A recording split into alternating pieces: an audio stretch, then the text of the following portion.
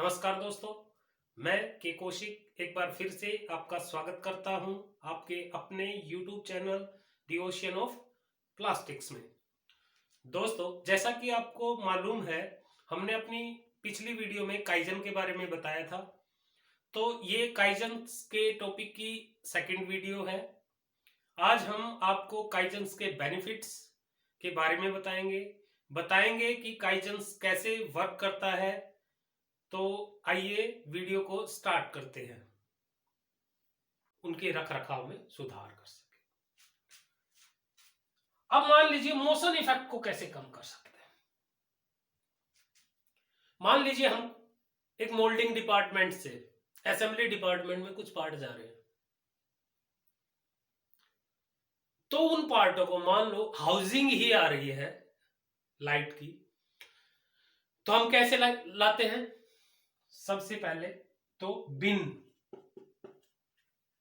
का यूज करते, बिन में उसने हाउसिंग रखी, एक ऑपरेटर एक वर्कर गया, बिन को उठा के ले आया।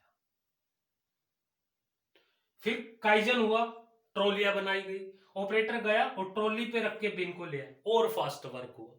ये काइजन था। फिर हाउसिंग की ट्रॉलियां बना ली गई, क्योंकि इस बिन में तो ऊपर नीचे हाउसिंग रखी थी, तो स्क्रैचेस का प्रॉब्लम आने लग गया। तो फिर काइजन हुआ और इस तरीके की कवर ट्रॉली बना ली, जिसमें इस तरीके के ब्लॉक लगाए गए। इन ब्लॉक पे एक single single single single single single housing रखी गई और इसके नीचे पहिए लगा दिए। एक वर्कर गया, इसको लेके आ गया। अब स्क्रैच की समस्या खत्म हो गई दोस्तों। अब स्क्रैच बिल्कुल नहीं आ रहे हैं हाउसिंग पे, लेकिन टाइम भी लग रहा है, एक वर्कर बिजी हो रहा है। अब दोस्तों, एक वर्कर इस मटेरियल को लाने ले जाने में व्यस्त हो रहा है, मतलब उसका टाइम वेस्ट हो रहा है। वो कुछ और काम कर सकता था अगर हमारे पास और कोई बेस्ट काइजन होता। अब इससे क्या क्या वेस्टेज आ रहा था, अगर आप ध्यान से सोचेंगे तो मोल्डिंग में जो हाउसिंग बन रही थी, एक बंदा मशीन से हाउसिंग मोल्डिंग मशीन से निकाल रहा था, एक मैन पावर। दूसरा बंदा उन हाउसिंग्स को ट्रॉली में लगा रहा था, इस तरीके से, दो मैन पावर। और तीसरा असेंबली का बंदा इन हाउसिंग्स को लेके आता है ट्रॉली से असेंबली में, और तीन मैन पावर। अब दोस्तों, फिर काइजन किसी ने किया, दिमाग लगाया और काइजन्स इंप्रूव किया। और क्या किया कि ये डिपार्टमेंट मोल्डिंग है, ये असेंबली है, यहां पर कन्वेयर लगा दी, ऑटोमेटिक कन्वेयर। अब क्या हुआ, इस बंदे ने मशीन से निकाला और कन्वेयर पे रख दिया, पार्ट अब ऑटोमेटिक चलता चलता यहां आ गया। इस बंदे ने यहां से उठाया और असेंबल करके हाउसिंग को लेंस के साथ असेंबल कर दिया। अब क्या हुआ इसका बेनिफिट, ये मैन पावर नहीं जरूरत है, ये मैन पावर जो उसको जचा रहा था नहीं जरूरत है, यानी कि सिर्फ एक मैन पावर मोल्डिंग में चाहिए थी। तो दोस्तों, इस तरीके से हम काइजन्स करके लगातार अपने कार्य को सरल बना सकते हैं और प्रोडक्शन को टाइम सेव करके प्रोडक्शन को बढ़ा सकते हैं।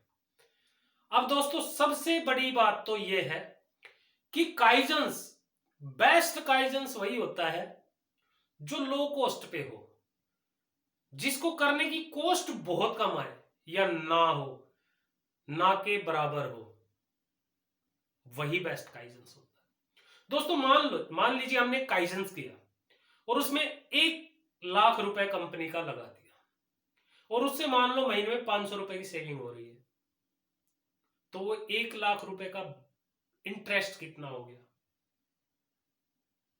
1 रुपए सैकड़ा के हिसाब से ही, यदि 100 रुपीज पर 1% का ब्याज भी लगाए तो भी बहुत हो जाता है। 1000 रुपए हो गया और हम महीने में सेव कितना कर रहे हैं, 500 रुपए, यानी कि 500 का तो फिर भी हम लॉस में जा रहे हैं।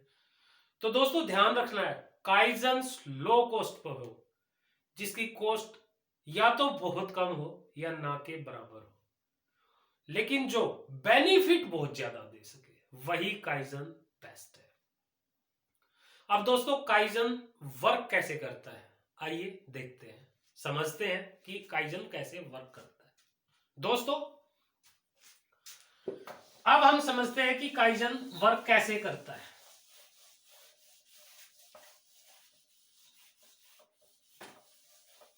काइजन कैसे तैयार किया जाता है। दोस्तों सबसे पहले जो बात ध्यान देनी है कि काइजन हमेशा डैमिंग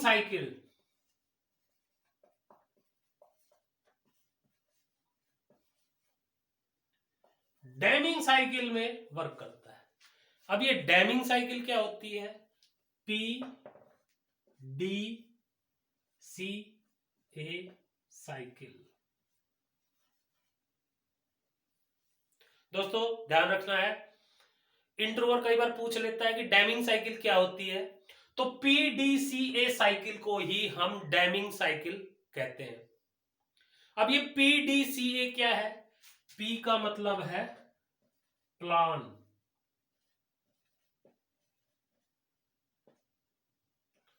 D का मतलब है डू,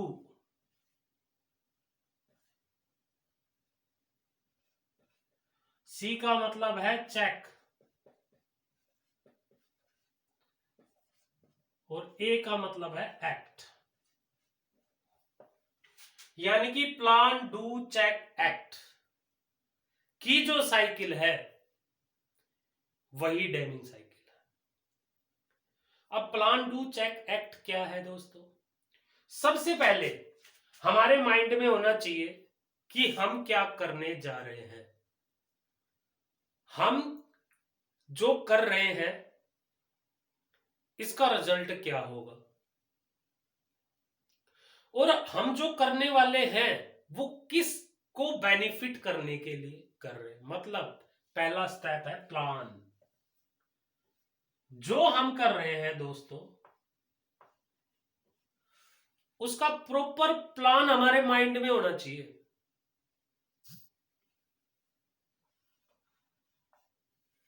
सेकंड,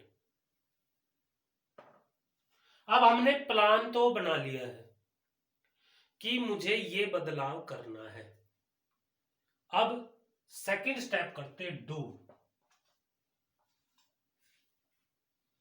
अब दोस्तों उसे करते हैं, जो हमने प्लान बनाया है, जो हमें काइजन करना है, अब हम उसे करते हैं, यानी करना हो गया डू। अब हम उसे करेंगे। अब दोस्तों हमने जो बदलाव किया है उसका कुछ रिजल्ट तो आएगा। हमने जो बदलाव किया है वो वर्क कर रहा है, हमारा चेंज काम कर रहा है, तो उससे क्या बेनिफिट हुआ है हम उसे प्रॉपरली, तीसरा क्या हो गया, चेक। हम उसे चेक करेंगे कि हमने जो चेंज किया है उसका क्या इफेक्ट हुआ है, उससे क्या बेनिफिट्स हुए हैं, उससे क्या फायदा हुआ है, उससे किस फील्ड में फायदा हुआ है, उसको प्रॉपरली चेक करेंगे। और फिर चौथा, यदि जो बदलाव हमने किया है उसके रिजल्ट को हमने चेक किया है और वो रिजल्ट बेस्ट है, तो हम उस बदलाव को एक्टिवेट कर देंगे।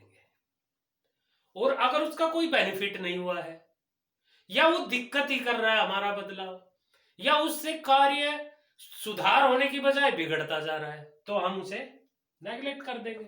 और यदि उसका रिजल्ट ओके आ रहा है, उससे बदलाव, उस बदलाव से बेनिफिट हो रहा है, उस बदलाव से चेंजेस में सुधार आया है काम करने में, उस चेंजेस से मतलब रिजेक्शन कम हो गया, उस चेंजेस करने से प्रोडक्शन बढ़ गई है, तो उसे एक्टिवेट कर देंगे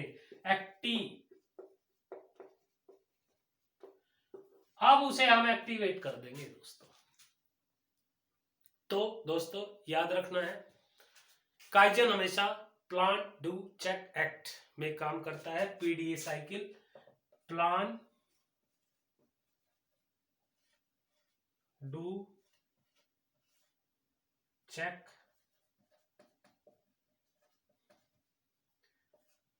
और एक्ट, इस तरीके के राउंड सर्किल में ये काइजन स्टेप कार्य करते हैं। अब दोस्तों काइजन्स क्या है? स्पेशली एक टीम वर्क है।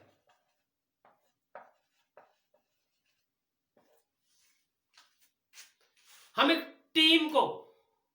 टीम बना के काइजन्स कर सकते हैं, क्योंकि एक से भले दो, हमें और मोटिव मिलेगा, और सारे रीजंस मिलेंगे जब हम एक टीम में काम करेंगे, और सारे सजेशन मिलेंगे, सुझाव मिलेंगे, और सारी बातें होंगी, तो हम एक बेस्ट काइजन कर सकते हैं। सेकेंडली,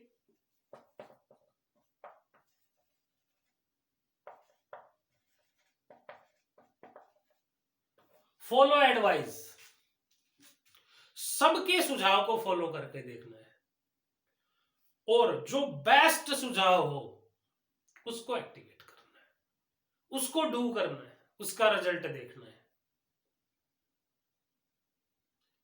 आशा कर रहा हूं दोस्तों कि आपको समझ में आ रहा होगा। अब दोस्तों ये तो हो गया हमारा काइजन्स। अब काइजन्स की बेनिफिट क्या है, अब जानते हैं काइजन के बेनिफिट क्या है। दोस्तों अब जानते हैं बेनिफिट्स ऑफ काइजन्स, कि काइजन्स के बेनिफिट क्या है। Benefits of kaizen,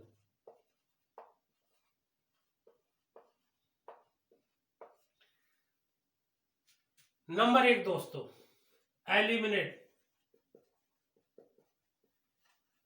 the waste, मतलब वेस्ट को कम करता है।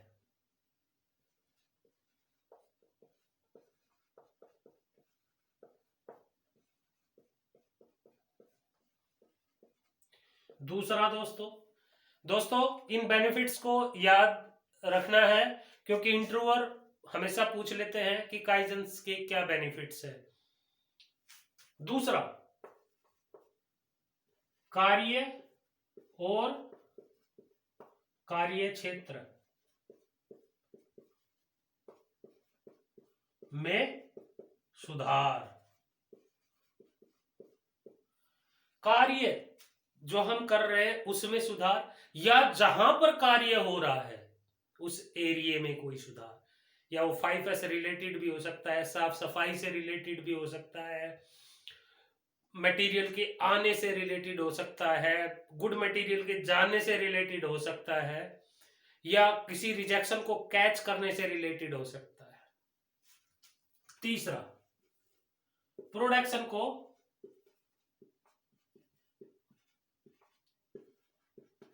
बढ़ाता है। अब काइजन्स करते हैं, टाइम रिड्यूस करते हैं, किसी भी चीज का कम करते हैं, तो प्रोडक्शन ऑटोमेटिकली बढ़ जाएगी।